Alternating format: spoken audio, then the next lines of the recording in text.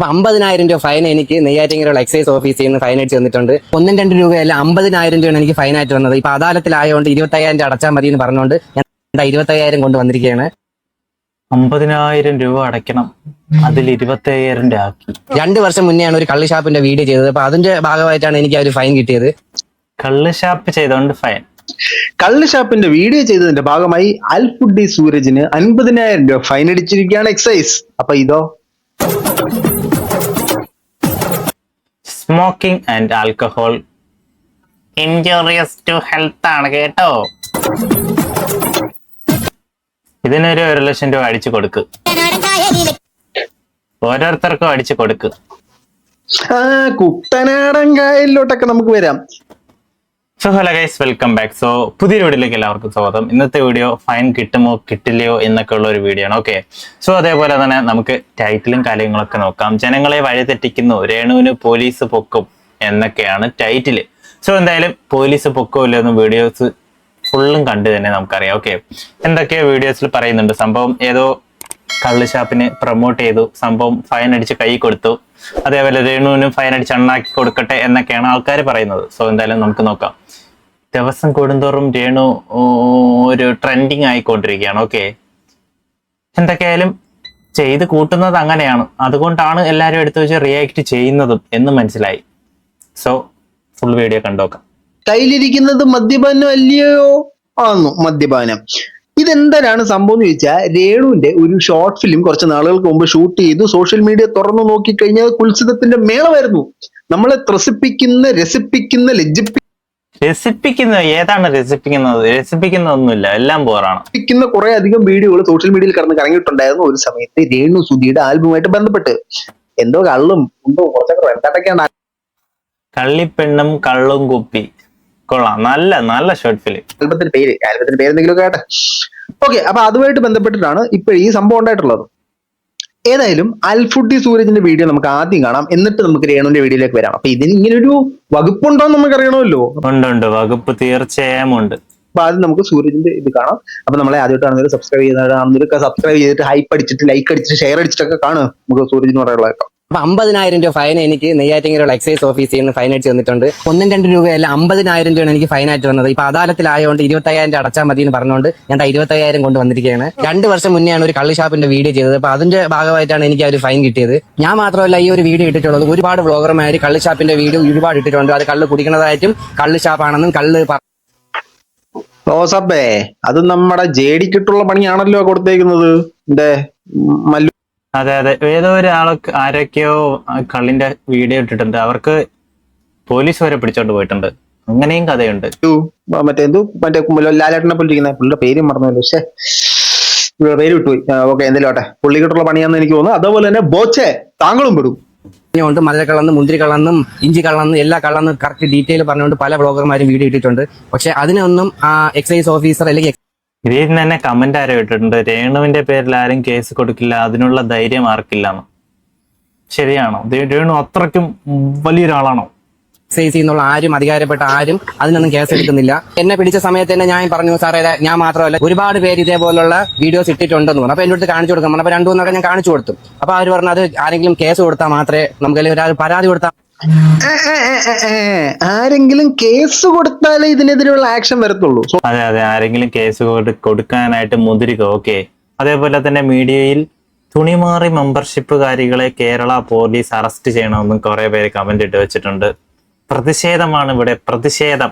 Social മീഡിയയിൽ ഇത്തരത്തിലുള്ള മദ്യവുമായിട്ട് ബന്ധപ്പെട്ടതും ലഹരിയുമായിട്ട് ബന്ധപ്പെട്ടുള്ള സാധനങ്ങളൊക്കെ ആരെങ്കിലും പ്രൊമോട്ട് ചെയ്യുന്നുണ്ട് എങ്കിൽ, ആരെങ്കിലും കേസ് കൊടുത്താൽ, പരാതിപ്പെട്ടാൽ അതിനെതിരെ നടപടി ഉണ്ടാവും. ആ പറഞ്ഞ സാധനം നിങ്ങൾ മറ്റേ മേളിൽ 2 ബ്രാക്കറ്റ് ഇടുമല്ലോ, അതിലിട്ട് വെച്ചോ, അതിലേക്ക് നമുക്ക് വരാം. മാത്രമേ ഇങ്ങനെ അവര് കേസ് എടുക്കത്തുള്ളൂ. അപ്പൊ അതുകൊണ്ട് ഒരു വക്കീലിനെ വെച്ച് പൈസ മുടക്കിയിട്ടാണ് എനിക്കെതിരെ കേസ് കൊടുത്തിട്ടുള്ളത്. കള്ളിന്റെ ഇതൊന്നും പ്രൊമോട്ട് ചെയ്യാൻ പാടില്ല എന്ന് പറഞ്ഞുകൊണ്ട് മൊത്തത്തിൽ ബാൻ ചെയ്യണം. ഒരാൾ പോലും വീഡിയോ ഇട്ട് കഴിഞ്ഞാൽ അത് അവിടെ കട്ട് ചെയ്യണം. ഇത് ഇഷ്ടമല്ല. ആയിരക്കണക്കിന് ഇൻസ്റ്റാഗ്രാം, ഫേസ്ബുക്ക്, യൂട്യൂബ് തുറന്നു കഴിഞ്ഞാൽ ആയിരക്കണക്കിന് വീഡിയോസ് കള്ളിനെ കുറിച്ചും കള്ള് ഷാപ്പിനെ കുറിച്ചും ഡീറ്റെയിൽഡ് വീഡിയോ കിടപ്പുണ്ട്. അത് മാത്രമല്ല പ്രമുഖരായിട്ടുള്ള വലിയ ചാനലുകാർ വരെ ഇത് നമ്മളെ യൂട്യൂബിൽ സെർച്ച് ചെയ്ത് കഴിഞ്ഞാൽ കള്ള് കുടിക്കുന്നത് ഉൾപ്പെടെയുള്ള വീഡിയോ അതെ, അവർക്കും ഫൈൻ അടിച്ച് കൊടുക്കുക. കേട്ടിട്ടുണ്ട്. എന്തുകൊണ്ട് ഗവൺമെന്റ് അല്ലെങ്കിൽ എക്സൈസുകാർ ഇതൊന്നും ചോദ്യം ചെയ്യുന്നില്ല? എന്തുകൊണ്ട് കേസ് എടുക്കുന്നില്ല? എനിക്കെതിരെ മാത്രമേ കേസ് വന്നത്. ഡബിൾ ഡാഡിയുള്ള ഒരാൾ പരാതി കൊടുത്തുകൊണ്ട് മാത്രമാണ് എനിക്കെതിരെ കേസ് വന്നത്. അതെ, ആർക്കോ സൂരജിന്റെ അടുത്ത് എന്തോ ഈഗോ ക്ലാഷ് ഉണ്ട്, അവൻ കൊടുത്ത പണിയാണ്. പക്ഷെ പോലീസ് പറയുന്നുണ്ട് ആരെങ്കിലും പരാതിയായിട്ട് വരട്ടെ അവർക്കെതിരെ, അപ്പൊ നമ്മൾ ആ എടുപടി എടുക്കാം. ആണെങ്കിലും ഏതാണെങ്കിലും ഇങ്ങനത്തെ ഒരു അല്ലെ, ഇതിനെ ഈ ഡബിൾ ഡാഡി എന്നൊന്നും വിളിക്കുന്നതിനോട് എനിക്ക് വലിയ താല്പര്യമില്ല. കാരണം നമ്മൾ ഓൾറെഡി ഇങ്ങനൊരു സാധനം പ്രൊമോട്ട് ചെയ്തു. മദ്യപാനം ആരോഗ്യത്തിന് ഹാനികരമാണ്. നമ്മുടെ മദ്യപാനം, പുകവലി, സിഗരറ്റ് ഇതിന്റെ ഒന്നും അഡ്വർടൈസ്മെന്റ് കൊടുക്കാൻ നമ്മുടെ നാട്ടിൽ വകുപ്പില്ല. അങ്ങനെ അഡ്വർടൈസ്മെന്റ് കൊടുക്കാൻ പറ്റാത്തതുകൊണ്ട് ഇപ്പൊ ഒരു ലിക്കർ ബ്രാൻഡ് ഉണ്ട്, മദ്യത്തിന്റെ ഒരു ബ്രാൻഡ് ഉണ്ട്, അവർക്ക് അതിന്റെ പരസ്യം കൊടുക്കാൻ പറ്റാത്തത് കൊണ്ടാണ് ഇവന്മാര് മറ്റ് ബിസിനസ്സുകളിൽ ഇൻവെസ്റ്റ് ചെയ്യുന്നത്. ഇപ്പൊ കിങ് ഫിഷർ ആയാലും, നമുക്ക് കിങ് ഫിഷർ മറ്റേതുണ്ടെന്ന് അറിയാലോ, പക്ഷെ നമ്മൾ അറിയപ്പെടുന്ന ഏതാ പ്ലെയിന്, മറ്റേ അങ്ങനത്തെ കുറെ സാധനങ്ങളിലാണ് ഈ സാധനം അറിയപ്പെടുന്നത്, മറ്റേ വെള്ളം. അതേപോലെ തന്നെ നമ്മൾ ഈ ഏത് നോക്കിയാലും അത് അവരെല്ലാം മറ്റെന്തെങ്കിലും ഒരു സാധനത്തിൽ അവരുടെ പേര് പ്രൊമോട്ട് ആക്കുകയും അതിലൂടെ നമ്മൾ ഒരു മദ്യശാലയിലേക്ക് കയറുമ്പോഴത്തേനും നമ്മൾക്കറിയാവുന്നില്ല മറ്റേ കമ്പനിയുടെ ബ്രാൻഡ് എന്ന് പറയുന്ന രീതിയിലാണ് അവർ ചെയ്യുന്നത്. നമ്മുടെ നാട്ടിൽ അതൊന്നും പ്രൊമോട്ട് ചെയ്യാനായിട്ടുള്ള വകുപ്പില്ല. അത് ഇത് നിരോധിക്കുന്നു എന്ന് ചോദിച്ചാൽ അതുമില്ല. സോ അത് ശരിയല്ല. ഇനി ഈ പറയുന്ന സിനിമകളിലും മറ്റ് സംഭവങ്ങളിലും ഒക്കെ വരുമ്പോഴത്തേനും അതെ, താഴെ അതിന്റെ ഒരു പരസ്യം എഴുതി കാണിക്കും. മദ്യപാനം, പുകവലി മുതലായ കാര്യങ്ങൾ പ്രദർശിപ്പിക്കുമ്പോഴേക്കും മദ്യപാനം ആരോഗ്യത്തിന് ഹാനികരം, smoking kills, smoking causes cancer, alcohol consumption is injurious to എന്തൊക്കെ പുല്ല് എഴുതി വരും. ആ സാമാനം എഴുതി വരണം, അതാ എഴുതി വരണമെന്നാണ് അതിന്റെ നിയമം. അത് സെൻസർ ബോർഡ് പ്രകാരം വരണം, അല്ലാതെ നമ്മുടെ നിയമപ്രകാരം അങ്ങനത്തെ ഒരു സാധനം നമ്മൾ ഒരു വാണിംഗ് കൊടുക്കണം എന്നാണ്. നമ്മൾ മേടിച്ച് വലിക്കുന്ന സിഗരറ്റിലും മേടിച്ച് കുടിക്കുന്ന മദ്യത്തിലും ഈ സാധനം എഴുതി വെച്ചിട്ടുണ്ട്. ഞാൻ ഡേഞ്ചർ ആണെന്ന് ഞാൻ തന്നെ പറയുന്നു. വേണ്ടുന്നവര് മേടിച്ച് കുടിച്ചിട്ട് നീയൊക്കെ ചത്തോ. ഇതാണ് ഇതിന്റെ ഒരു സെറ്റപ്പ്. വരാൻ പാടില്ലെങ്കിൽ പാടില്ല തന്നെയാണ്. അത് എനിക്ക് ബ്രോ, നമ്മുടെ സൂരജ് ബ്രോ, ഇതാണ് കാലം. നല്ലവർക്ക് ഇവിടെ ജീവിക്കാൻ പറ്റത്തില്ല. കാലം അങ്ങനെയാണ് ബ്രോ. ആർക്കും 25,000 എന്ന് പറയുന്നത് അത്രയും കഷ്ടപ്പെട്ട് ഞാൻ ഉണ്ടാക്കിയതാണ്. എനിക്ക് ആരും ചുമ്മാ തന്ന പൈസയില്ല, എന്റെ അധ്വാനത്തിൽ നിന്ന് ഉണ്ടാക്കിയ പൈസയാണ്. എന്റെ ജീവിതത്തിൽ ആദ്യമായിട്ടാണ് ഇവിടെ ഒരു കള്ളിഷാപ്പിന്റെ വീഡിയോ ഇട്ടിട്ടുള്ളത്. 2024 ഞാൻ ഒരു വീഡിയോ ഇടുന്നത്. ഈ കള്ളിഷാപ്പിന്റെ വീഡിയോ ഇട്ടപ്പോൾ പിറ്റേ ദിവസം തന്നെ എനിക്ക് ഇവിടെ നിന്ന് നെയ്യാറ്റിൻ അടിപൊളി, പിറ്റേ ദിവസം തന്നെ പണി കിട്ടിയോ? എന്തായാലും ബ്രോ 2-3 വീഡിയോസ് അങ്ങട്, അങ്ങനെ നമുക്ക് ഈ കാച്ച് തിരിച്ചു പിടിക്കാം. എക്സൈസിന് ഫോളോ വന്നാണ് സൂരജിനെ അറസ്റ്റ് ചെയ്യുന്നുണ്ട്. അപ്പൊ സൂരജ് ഇവിടെ വന്നാൽ അറസ്റ്റ് ചെയ്യണമെന്ന് പറഞ്ഞു. ഞാൻ ഇവിടെ എക്സൈസ് ഓഫീസിൽ വന്നു, എന്നെ അറസ്റ്റ് ചെയ്തു, അവിടെ ഇരുത്തി. ഞാൻ പറഞ്ഞു സാറേ എനിക്ക് അറിഞ്ഞൂടായിരുന്നു, ഈ കള്ളിന്റെ മദ്യത്തിന്റെ എനിക്ക് അറിഞ്ഞൂടായിരുന്നു. അപ്പൊ സൂരജ് ഇങ്ങനെ ഒരാൾ പരാതി കൊടുത്തിട്ടാണ്, പരാതി കൊടുത്തുകൊണ്ട് മാത്രമാണ് ഇങ്ങനത്തെ ഒരു കേസ് സൂരജിന് വന്നത്, അല്ലാണ്ട് നമ്മൾ സ്വമേധയെന്ന് നമ്മൾ കേസ് എടുക്കാറില്ല എന്നുള്ള രീതിയിൽ പറഞ്ഞു. കോടതിയിലോട്ട് അത് വിട്ടു. ഇപ്പൊ അത് ഫൈനായിട്ട് വന്നിട്ടുണ്ട്. 2 ദിവസം ഓക്കെ, ഒരാൾ കേസ് കൊടുത്തു. അപ്പൊ അറസ്റ്റ് ആകാൻ തക്ക വ്യാപ്തിയുള്ള ഒരു വകുപ്പാണത്. ഇനി നമുക്ക് പോകുമ്പോഴത്തേനും കുറച്ച് നാളുകൾക്ക് മുമ്പ് രേണുസുതി സോഷ്യൽ മീഡിയയിൽ വളരെയധികം വെറുപ്പിച്ച രേണുസുതിയുടെ സാധനം ഉണ്ടായിരുന്നു. കള്ളുഷാപ്പിൽ കിടന്ന് കുട്ടനട്ടം കയ്യിലില്ല കെട്ട് വെള്ളം തുഴയുമ്പോ പാട്ടൊന്ന് പാടട്ടെ രേണുസുതിയെ എന്ന് പറഞ്ഞു അടിപൊളി പാട്ട് ബ്രോ. സാധനം. ഇതിനകത്ത് രേണുവിനെ ദാസേട്ടൻ പൊക്കുന്നു, അങ്ങോട്ട് കൊടുക്കുന്നു, അവൻ എടുക്കുന്നു, ഇങ്ങോട്ട് കൊടുക്കുന്നു, ഇവൻ എടുക്കുന്നു, തിരിച്ചു കൊടുക്കുന്നു. ഇങ്ങനത്തെ ഒരു സാധനങ്ങൾ ചെയ്തിട്ടുണ്ടായിരുന്നു. ആ മദ്യശാലയെ വളരെയധികം പ്രൊമോട്ട് ചെയ്യുന്ന പോലെ, അല്ലെങ്കിൽ ആ കള്ള് ഷാപ്പിനെ വളരെയധികം പ്രൊമോട്ട് ചെയ്യുന്ന പോലെയാണ് ആ ഒരു വീഡിയോ വന്നിട്ടുണ്ടായിരുന്നത്. നമുക്ക് അതിന്റെ ഒരു ചെറിയ ശകലം കാണാം. ഇത് പ്രൊമോട്ട് ചെയ്യുന്നതല്ല. Alcohol is injurious to health. ആരും തന്നെ മദ്യപിക്കാതിരിക്കുക, ആരോഗ്യത്തിന് ഹാനികരമാണ്. പുകവലിയും മദ്യപാനവുമല്ല. ഡിസ്ക്ലൈമർ.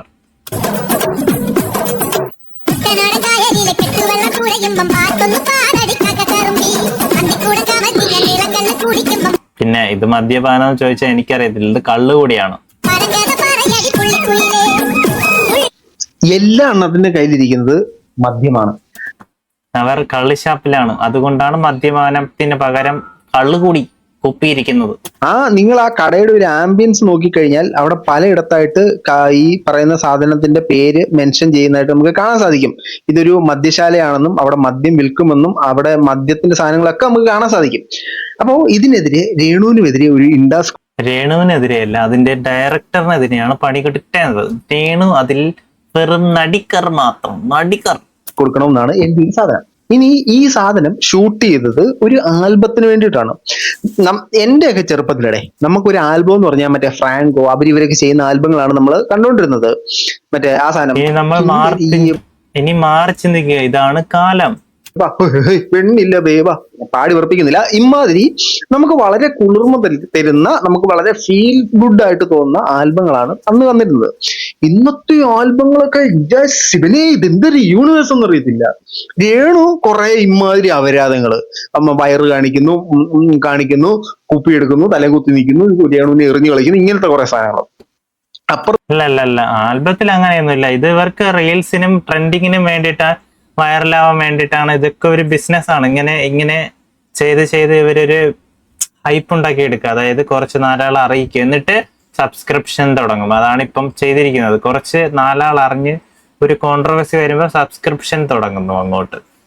ശ്രീലക്ഷ്മി ബോണക്കാട് വന്നിട്ട് ഇതിവിടെ എല്ലാം ബോണക്കാട് അവരുടെ പേരെന്തോന്ന് അവര് വന്നിട്ട് ഇതിവിടെ എല്ലാം കാണിച്ചോണ്ട് വെള്ളം പെറുക്കി എറിയുന്നു, തലയും കുത്തി നിൽക്കുന്ന ഇത് തന്നെ. അതിന്റെ ഇടയിൽ മറ്റേ എന്താണ്ട് ഒരു ഏട്ടായോ ലവൻ വന്നിട്ട് വേറെ ഏത് പെണ്ണിനെ കണ്ടാലും പിടിച്ച് ഉമ്മ വെച്ചോണ്ട് കുറെ സാധനങ്ങൾ അങ്ങനെ. അതൊരു കരടി ആൽബം.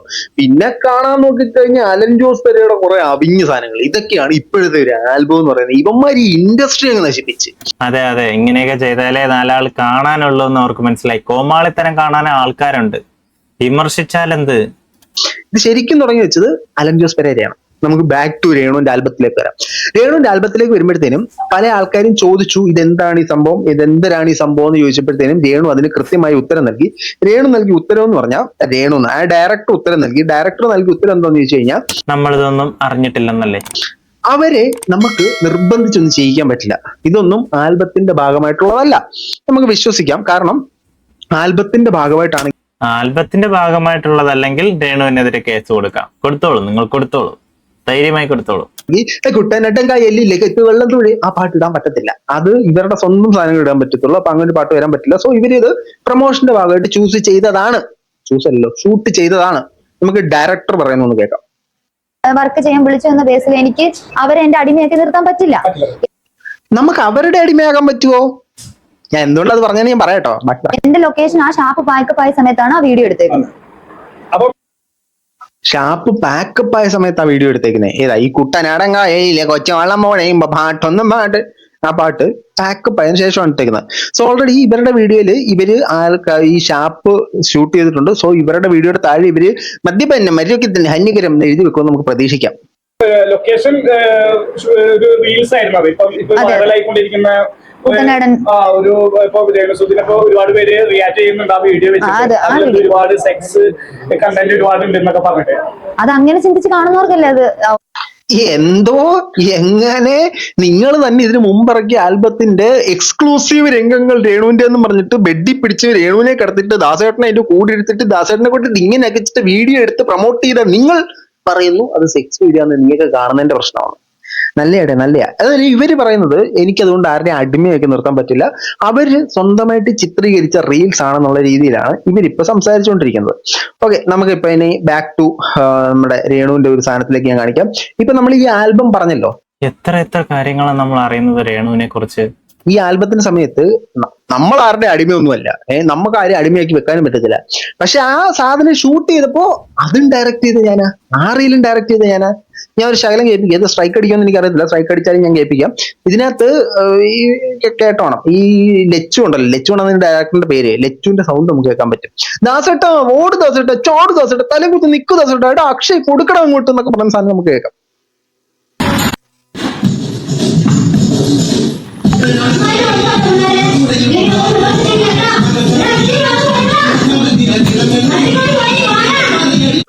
പാക്കപ്പ് ചെയ്തെന്ന് പറഞ്ഞിട്ട് ഇതാണോടാ പാക്കപ്പ്?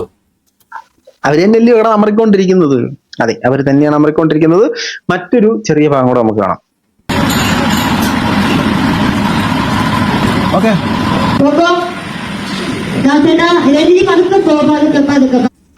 ഇതൊരു കറക്റ്റ് മദ്യശാല തന്നെയാണ് നിങ്ങൾ കാണുന്നത്. ഇവിടെ കേൾക്കുന്ന അതേ സൗണ്ടാണ് ഇവര് മറ്റേ ഇട മേടോ പിടികട കെട്ടണം തലമുത്ത് നിൽക്കണം എന്നൊക്കെ പറയുന്നത് നമ്മൾ കേട്ടിട്ടുള്ളൂ. സോ ലച്ചുവിന്റെ അറിവോട് കൂടിയാണ് അത് ചെയ്തത്. ഒന്നെങ്കിൽ ലച്ചു അവരുടെ അടിമയാണ്, ഇല്ലെങ്കിൽ അവര് ലച്ചുവിന്റെ അടിമയാണ്. എന്തൊരു ഒരു അടിമയാണ്, അങ്ങനെയാണല്ലോ ഇവരിപ്പോ പറഞ്ഞു വെച്ചത്. ഇനി നമ്മൾ നോക്കുമ്പോഴത്തേനും ഈ സോഷ്യൽ മീഡിയകളിലും അല്ലെങ്കിൽ സിനിമകളിലും ഒന്നും ഈ ബാറ്, മദ്യപാനം, പുകവലി ഇമാതിരി സാധനങ്ങൾ പ്രചരിപ്പിക്കാൻ പറ്റില്ല. നമ്മൾ ഓൾറെഡി പറഞ്ഞില്ല. അങ്ങനെ പ്രചരിപ്പിക്കുകയാണെങ്കിൽ നിയമാനുസൃതമായിട്ടുള്ള സാധനം താഴെ ഇങ്ങനെ എഴുതി വെക്കണം. അങ്ങനെ എഴുതി വെച്ചില്ല എന്നുണ്ടെങ്കിൽ ഇത്തരത്തിലുള്ള കേസുകളും കാര്യങ്ങളും കൂട്ടങ്ങളും ഒക്കെ വരാനുള്ള സാധ്യതയുണ്ട്. ഇത് പ്യുവർലി ഇവര് അന്നത്തെ ഒരു ദിവസം നമ്മൾ സോഷ്യൽ മീഡിയ തുറന്നു നോക്കിക്കഴിഞ്ഞാൽ സമ്പൂർണ്ണമായിട്ടും രേണുവിന്റെ അഡൽട്സ് ഉള്ള വീഡിയോസും അങ്ങനെ തന്നെ പറയുന്നത് തെറ്റില്ലെന്ന് ഞാൻ വിശ്വസിക്കുന്നു. അമ്മാതിരി കുൽസിത സാധനങ്ങളാണ് വന്നുകൊണ്ടിരുന്നത്. അതോടൊപ്പം തന്നെ മദ്യപാനം, അതും അഡൽട്സ് ഉള്ളിയാണല്ലോ. മദ്യപാനം ആരോഗ്യത്തെ ഹാനികരമാണ്. മദ്യത്തെ പ്രൊമോട്ട് ചെയ്യുന്ന പോലത്തെ സാധനങ്ങളാണ് വന്നുകൊണ്ടിരുന്നത്. അങ്ങനെ നമ്മൾ ഇത് എവിടെയാണ് എന്തരാണെന്ന് നോക്കി കഴിഞ്ഞപ്പോഴത്തേനും ഇതാണ് രേണുവും ലവനും കൂടെ നടന്നു പോകുന്നു. ഇതിന്റെ പുറകില് നിതിൻ സ്കാറ്റേഴ്സ് എന്നും പറഞ്ഞിട്ട് ആണ് കാണിക്കുന്നത്. പക്ഷെ ഇത് കറക്റ്റ് ആയിട്ട് സൂം ചെയ്തിട്ട് എനിക്ക് എവിടെ നിന്ന് കിട്ടുന്നില്ല. ഇതിനെ ഞാൻ ജസ്റ്റ് ഒന്ന് ഗൂഗിളിലൊക്കെ ഒന്ന് പരിശോധിച്ച് നോക്കിയപ്പോഴത്തേനും കാണാൻ സാധിച്ചത് ഈ സാധനം ഇതാണ്ടെ, Nithin caterers, a business located in Choikkad, Kollam, Kerala, offering both vegetarian and non vegetarian catering services.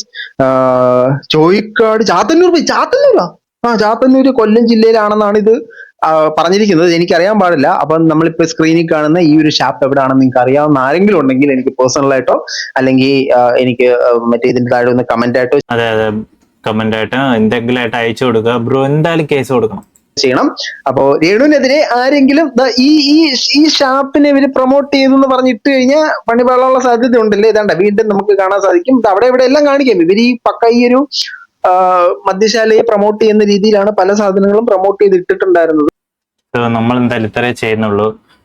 ഇനി ഇത്ര തന്നെ ഉള്ളൂ ഗൈസ്. വേറെ എന്തൊക്കെ പറയുന്നുണ്ട്. സോ എന്തായാലും മദ്യശാലയെ പ്രൊമോട്ട് ചെയ്യുന്നു, അതാണ് മെയിൻ കണ്ടന്റ് എന്ന് പറയുന്നത്. സോ അതിവിടെ പാടില്ല. കാരണം സൂരജിന് പണി കിട്ടി, 25,000 രൂപ ഫൈൻ, 50,000 25,000 ആക്കി കൊടുത്തു. സോ അതേപോലെ തന്നെ ഇവരും രേണുസുധിയും ടീമും ആൽബത്തിന്റെ പേരിൽ കുറെ കള്ളുഷാപ്പിൽ കയറി ഷൂട്ട് ചെയ്തു. സോ അതിനെതിരെ ആരെങ്കിലും ചെറുതായിട്ടൊരു കേസ് കൊടുത്താൽ മതി, ഫൈൻ വന്നിരിക്കും എന്നാണ് പറഞ്ഞു വരുന്നത്. ഓക്കെ, സോ ഇത്രയേ ഉള്ളൂ ഇന്നത്തെ വീഡിയോ ഇഷ്ടപ്പെട്ടില്ലെങ്കിൽ ലൈക്ക്, ഷെയർ, സബ്സ്ക്രൈബ്. നെക്സ്റ്റ് ഇതിൽ മികച്ച നല്ലൊരു വീഡിയോ ആയി കാണുന്നവരേക്കും ബൈ ബൈ ഗൈസ്. സബ്സ്ക്രൈബ് ചെയ്യണം, ലൈക്ക് ചെയ്യണം. അതുപോലെ തന്നെ ഹൈപ്പ് ഓപ്ഷൻ കിട്ടിയില്ല ഗൈസ്, കിട്ടുമ്പം അതും ചെയ്യണം. നെക്സ്റ്റ് ഇതിൽ മികച്ച നല്ലൊരു വീഡിയോ വരാം ഗൈസ്.